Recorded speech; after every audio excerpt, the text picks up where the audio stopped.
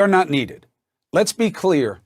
If there were a clean explanation for what Trump and co. were up to at the DOJ with these obviously politically motivated probes, Bill Barr would be telling us how we have it wrong and we are the danger, not him, etc. And Trump would be talking a red streak. Instead, Bill Barr, the former AG, claims he can't recall anything about the probing that he was at the center of. And that was clearly about targeting Trump's political opponents. Instead, Barr told Politico he doesn't recall getting briefed that DOJ prosecutors did any of this, wasn't aware of any congressman's records being sought in a leak case, and that Trump wasn't aware of who the DOJ was looking at in leak cases. Remember, Barr is also the man who couldn't recall during testimony whether Trump had ever asked him to open an investigation into someone. Now, I ask you, what's more alarming? That they don't have a good explanation? That Barr would lie this brazenly? Or imagine if he really can't recall something he was at the center of. I mean, seriously.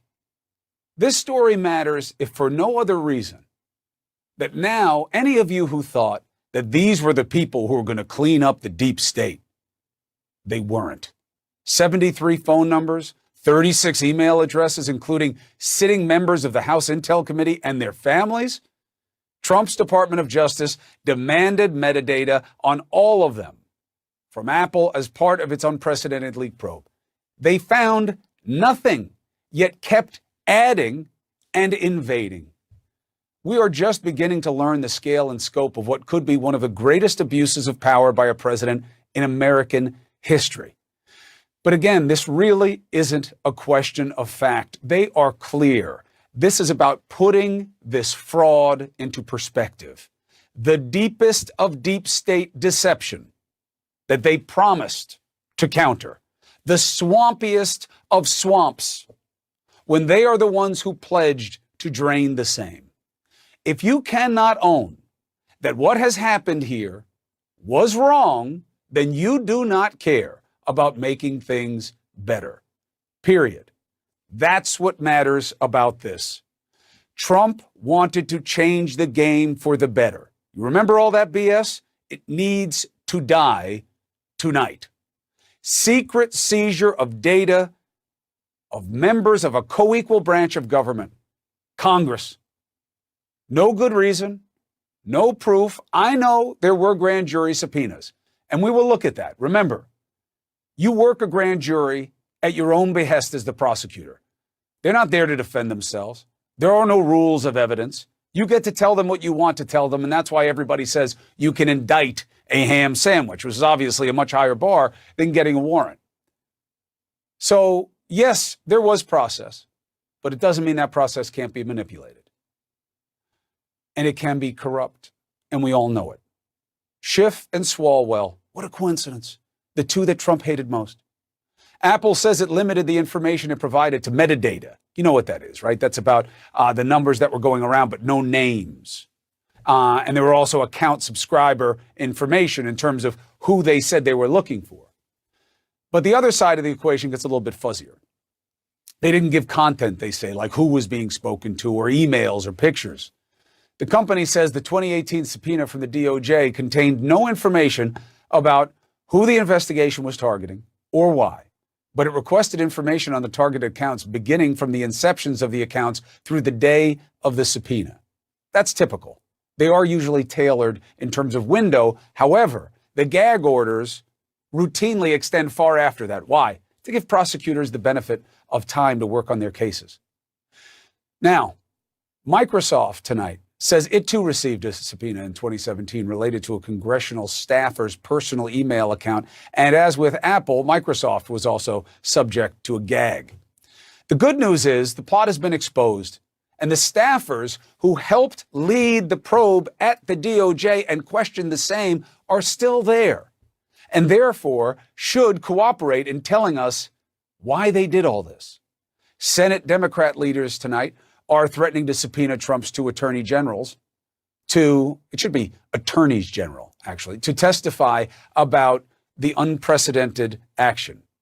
A source tells CNN Jeff Sessions wasn't involved in the subpoenas related to the House committee because he had recused himself at the time from anything connected to the Russia probe. That's a reasonable assumption. It's reasonable. They should look at it, but it's reasonable. Bill Barr, no such defense. He wasn't recused. He stands accused. He reportedly revived the leak investigations. According to who? The people who did the work.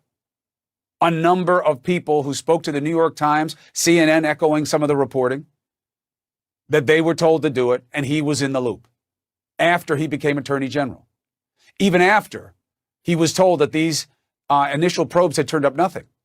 Barr also took the extraordinary step of seeking to renew a gag order on Apple to prevent the company from notifying the subjects of the subpoenas that he now says he can't recall anything about. You don't buy that.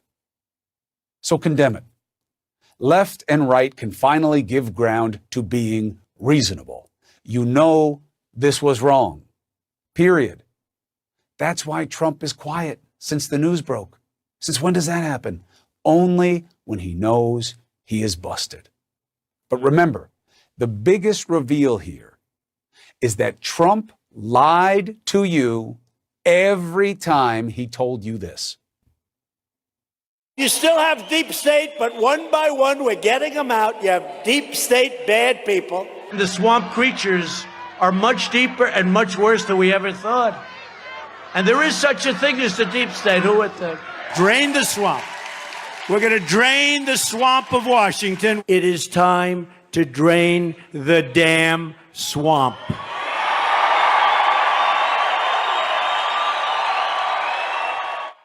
He was lying.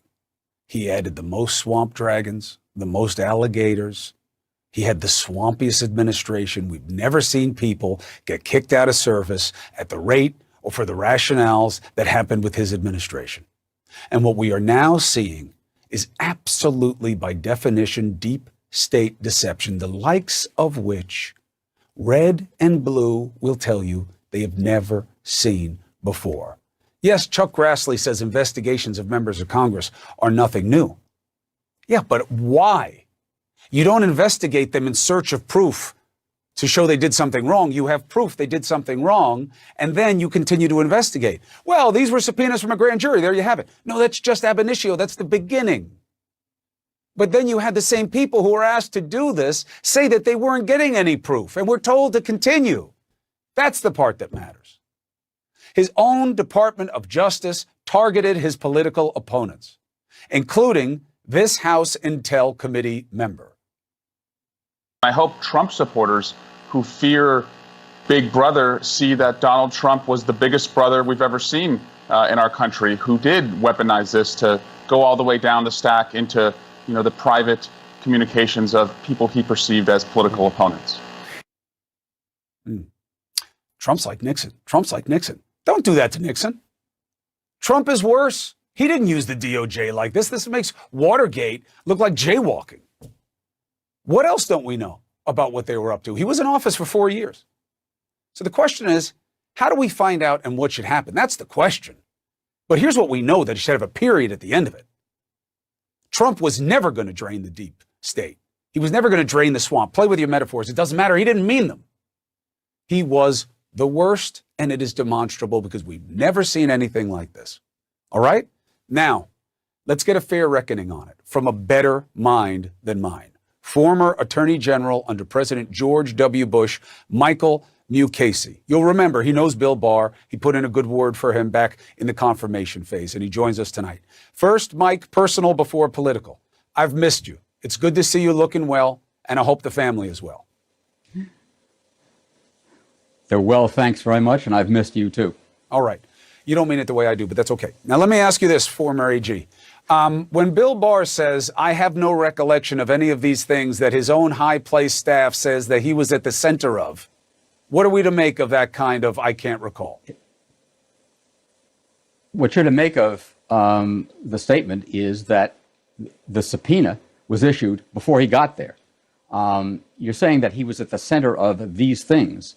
What he was at the center of, as far as I know, was insisting that leak investigations generally, not necessarily these, but leak investigations generally that had been languishing, as to which there was a great deal of pressure from people in the Defense Department, people in the intelligence community, who are severely hurt by national security leaks, that those be prosecuted and pursued.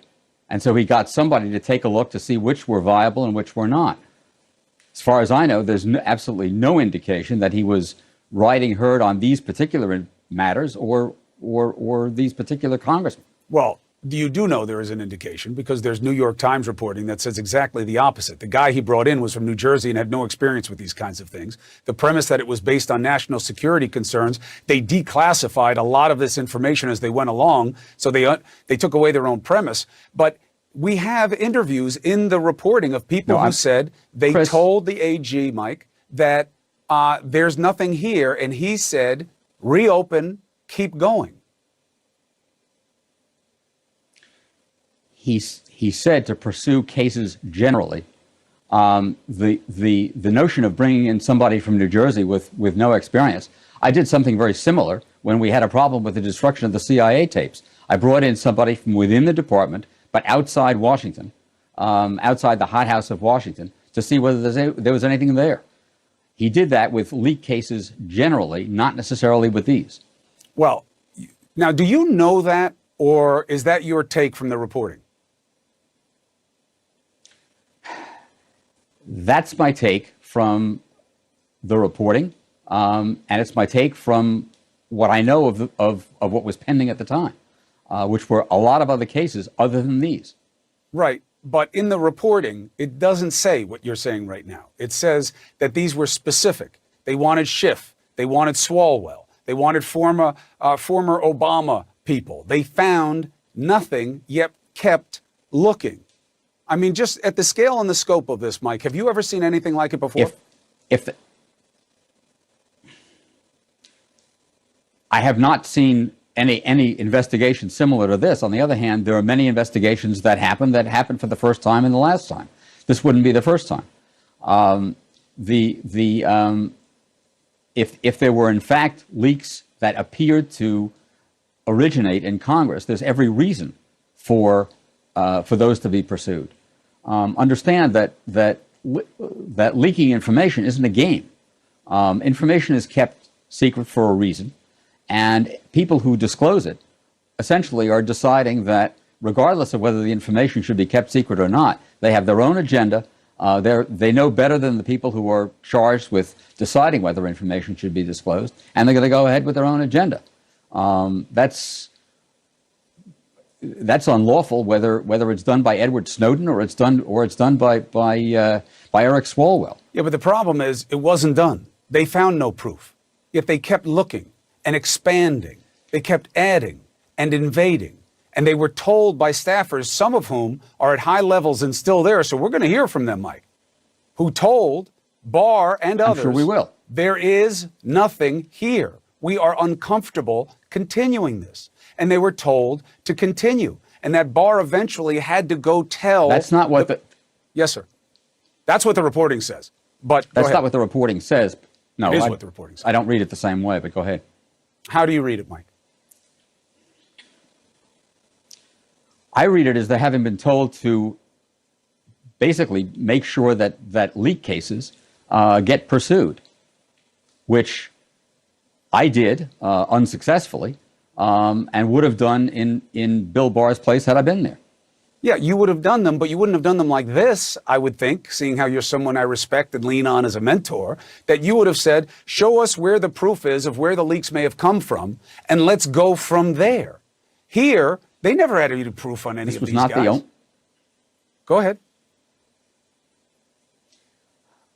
I don't know what proof they had. I don't know what reason they had to believe that information was coming from them or from people on their staffs. Nor do you. Nor did the reporters who wrote the story in the New York Times.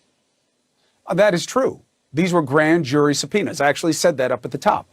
They had to have something to get the subpoena, but we both know that this is a very easily manipulated bar for any good prosecutor, and this isn't even like an indictment. This is a different standard. And I'm not saying they didn't have anything, but I'm saying that prosecutors. Mike, why am I Prosecutors asking? Mike, here, let me just make it clear why I'm chasing on this. I'm not bad-mouthing prosecutors, okay? They'll be able to speak for themselves. What I'm saying is you're bad-mouthing Bill Barr. I understand you're not bad-mouthing prosecutors. I am, and here's why. I can't believe he doesn't recall anything like this. It is beyond reasonableness that he would remember nothing about only things that are politically damaging. I can't remember Trump ever asking me about going after anyone personally. We both know how that man dialogues. We both know what he was trying to do here. Here's why I care. Co-equal branch of government. Yes, and we also both know that he pushed back repeatedly on Trump, that he said there was no reason to doubt the election, that he refused to indict Jim Comey, that he refused to pursue a case against McCabe, that he refused to do any number of things. He is the only man to give Jim Comey second place to abusing the platform. When he took to microphone and completely dissembled the reality of the Mueller report, Mike, and he did it out of political convenience, he took a step that no attorney general ever had taken or should take. So I do not see him as Captain Candor. That is absurd. You know what he did with that memo. You know that he shorthanded it and tried to make it seem like it wasn't what it was. Absolutely not. He stated the conclusions in the memo, including the part about not being able to exonerate the president, which is a standard that's unknown to the law, as you know. But nonetheless, he stated it. He also checked with Mueller to see whether there was a problem with what he had done. And Mueller complained about what was happening. And what was he supposed to do? He wasn't in control. He was working for Barr. No, he was working for you and me. Come on. You know who was on top of him, and that's why he came out and did it that way. Look, all I'm saying is, Mike, this is about a co-equal branch of government. This is about going after the chairman of the House Intelligence Committee because Trump didn't like him, and going after the guy's family, going after minors, and never finding anything, closing the case, and then being told to restart it. This doesn't look bad to you, Mike?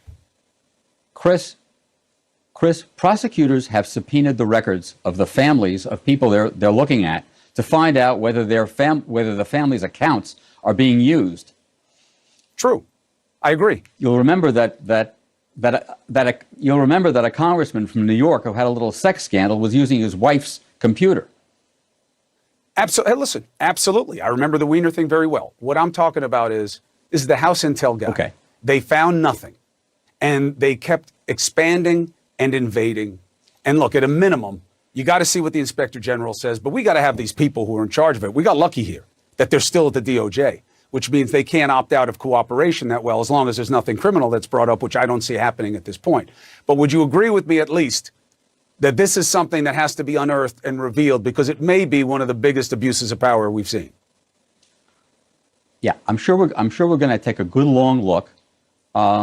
And I also believe that we will find that an investigation was pursued to a dry hole, as many investigations are. But the notion that somehow they were trying to intimidate a member of Congress is ridiculous. No, I didn't. I never said that. Intimidate somebody by keeping an investigation secret. I never said it. I never said it. Others have. Not me. Deal with one dope at a time, Mike. Deal with the dope in front of you. I've never said anything like that. But I will end on this. Okay. The predicate for this is that, hey, this was national security. And as you said, that's very important. But here's the problem. The risk of contacts with the Russians. Where's the risk of contacts with Russians that never happened? And where is the risk of a national security threat with dialogues that you had being declassified during the period of assessment and probing and investigating? You're declassifying the same information that you say is the risk. It was declassified. It was declassified after the fact. What it confirmed was something the Russians probably already knew, which was that the government had a wire on Kislyak.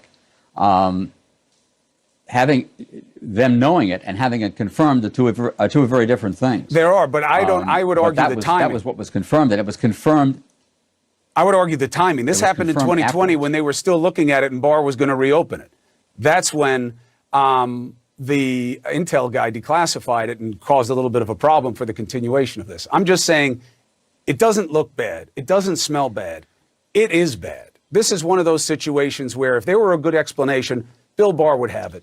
So you've already reached the conclusion of the Yeah, you've already reached the conclusion of the investigation that you say has to go on? No, not at all. I'm saying that You've the already idea... reached the verdict. No, It is sir. bad. That's what you just said. Listen. That's what you just said. Here's my take on it. Let me give you the context of what I'm saying. This is not a trial. I got your take on it in your opening. This is not, and it's a smart one. And I'll you say. would give the same one if he wasn't your buddy, Mike. I understand why you believe in He's Bill not my. Barr. He's not my. Understand something. He's not my buddy. I've never been in his house. He's never been in my house. I admire his public career. I admired it before. I still do. All right, I'll give you that clarification. You've never been in each other's houses. He did but things. You were flattering He did him. things. He did things what? Last word to you, sir. I was accurate. Pardon? Last word to you, sir. I was accurate in my description of him. When Trump wanted things done, if he thought the law required it, he did it, even though people attacked him for doing Trump's bidding. When Trump wanted things done that he thought should not be done, he didn't do them. Well, this will be the ultimate testament to that proposition. What he did here and didn't do, and why. And former AG Mike Mukasey, I don't think I'd ever be talking to you about doing anything like this. And it's one of the reasons I need you on this show. I respect where you're coming from and why. I wish you well, and I look forward to seeing you again. Happy to. I wish you well, too. Thank you. Take care. He doesn't like me, but he knows I love him. Look, you have to argue through any political reckoning on this. It looks bad. Where's the presumption of innocence? This isn't a trial. This isn't a trial, okay? In light of these facts, the burden is on Bill Barr and the people who did this to tell us how the New York Times and CNN and common sense has this wrong. So let's pick this up with two more valuable minds. One of them knows exactly what it's like to be publicly targeted by Trump. Former FBI agent Peter Strzok, who once worked on the Russia investigation, and a former acting AG. How does he think the DOJ's Inspector General should be going on about this? And what do these two guys think about what they just heard from former AG Mukasey? Next.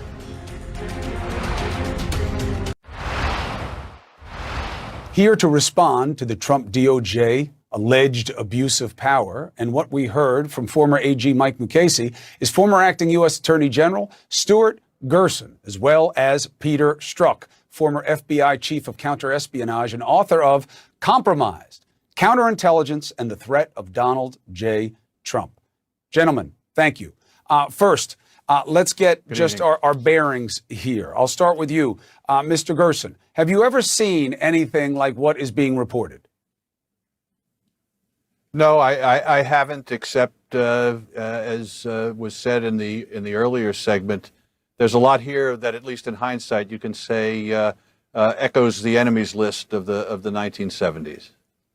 And Peter, the idea that, well, look, they went to a grand jury to get the subpoena, so obviously they had plenty of proof for this. So it's all on the level.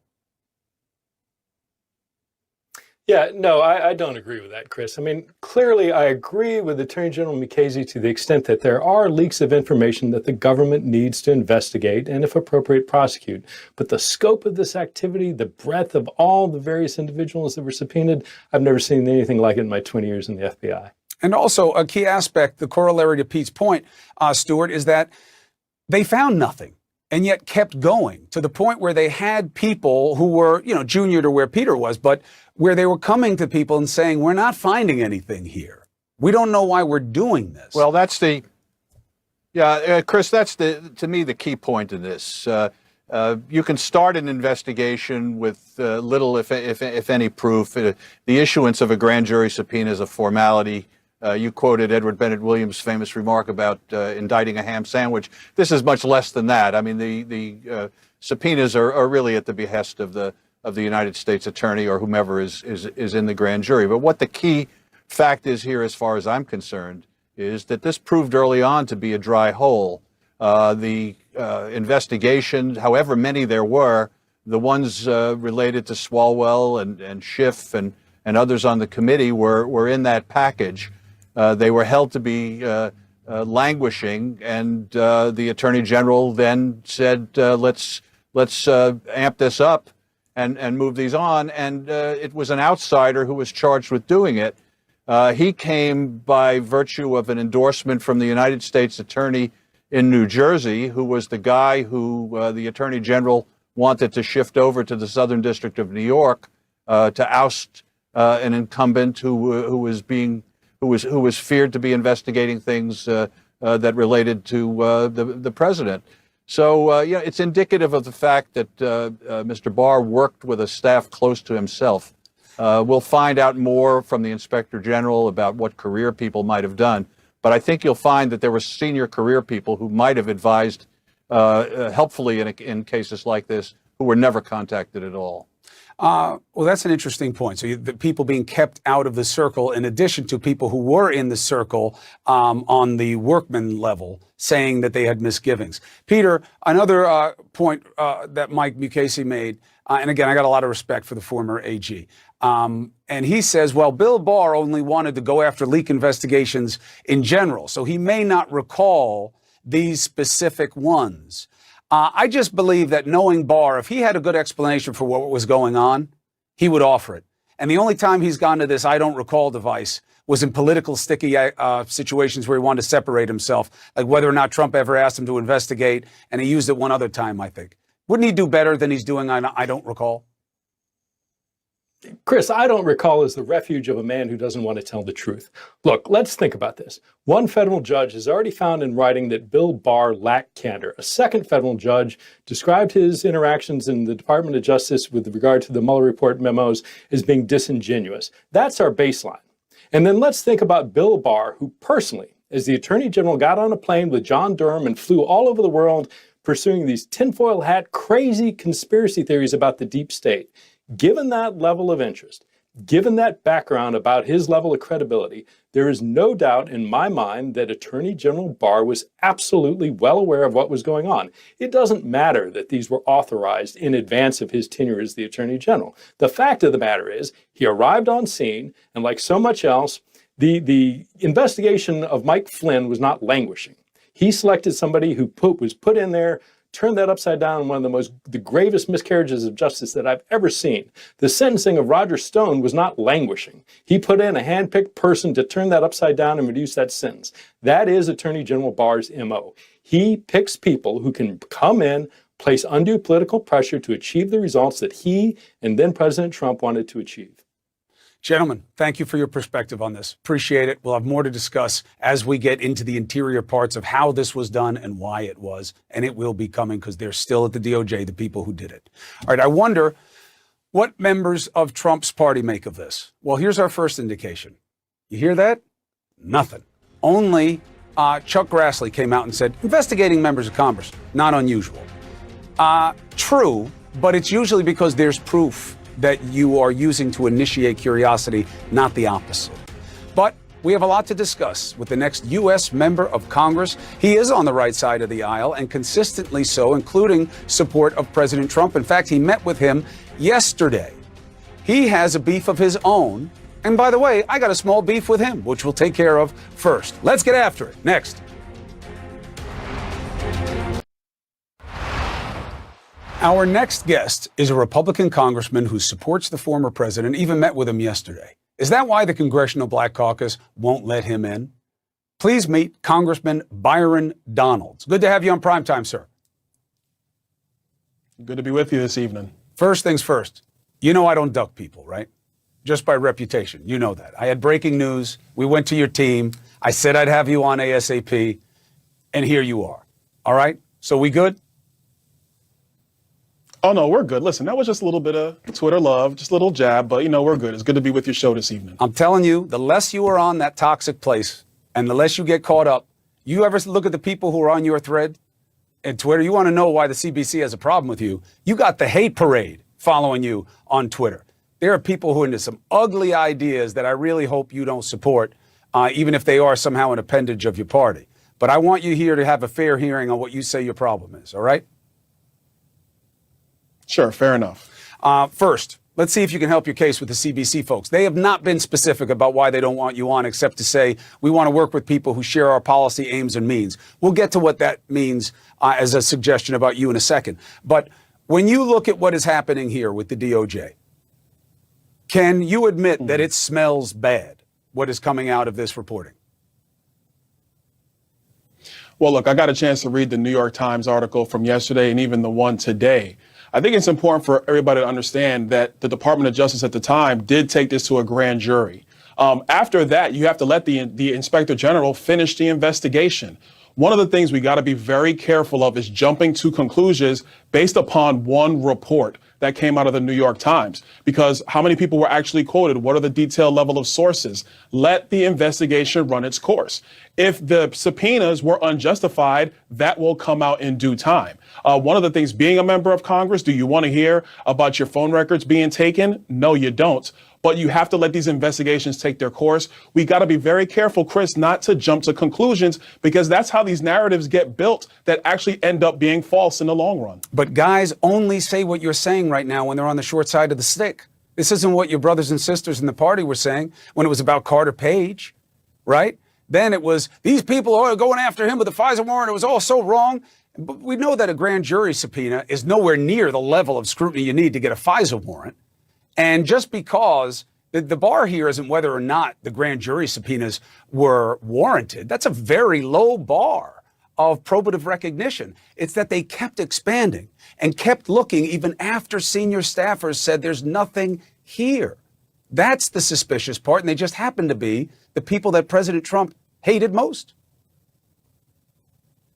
Well, two things on that point. Number one, I speak for myself. What people say in the party, that's up to them. Number two, as somebody who is actually pretty conservative, we'll talk about that in the next part of this interview, I've always been concerned about FISA warrants, and not just when it comes to situations like that, but across the board since the Patriot Act was passed. So that's been my position when it comes to FISA. But again, all I'm saying is this is new information. We haven't even had an opportunity for it to be fully investigated. There's been no other sources that have come forward to my knowledge. I'm not the reporter. I don't know what they have. But one thing we also got to keep in mind, if you go back to 2017, 2018, there was a lot of information out in news media that you couldn't just pick up on Reddit pages dealing with the Russia probe. True. The other thing that we do know is that for all the talk about Russia collusion, it really came up to nothing. It came up to nothing if you have a criminally. situation where Department of Justice, it came up to nothing, because if you had something, you would have pressed charges, right? You didn't, so No. it came up to nothing. No, Let's be very clear I don't on believe, this. Hold on, let me, I one second.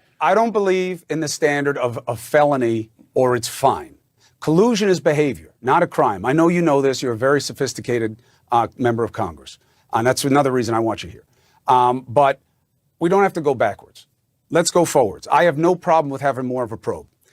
Here, I'll give you your chance to make your case. The CBC's argument against you has to be that they are about fighting for things they think are good for Black Americans.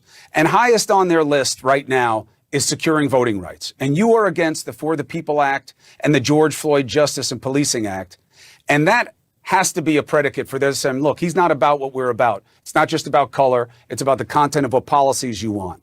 And they have offered admission to other Republicans who are people of color before. So it's not like some blanket bar of anyone who's not a Democrat. What do you say about the fact that you reject those two policies? Last word to you.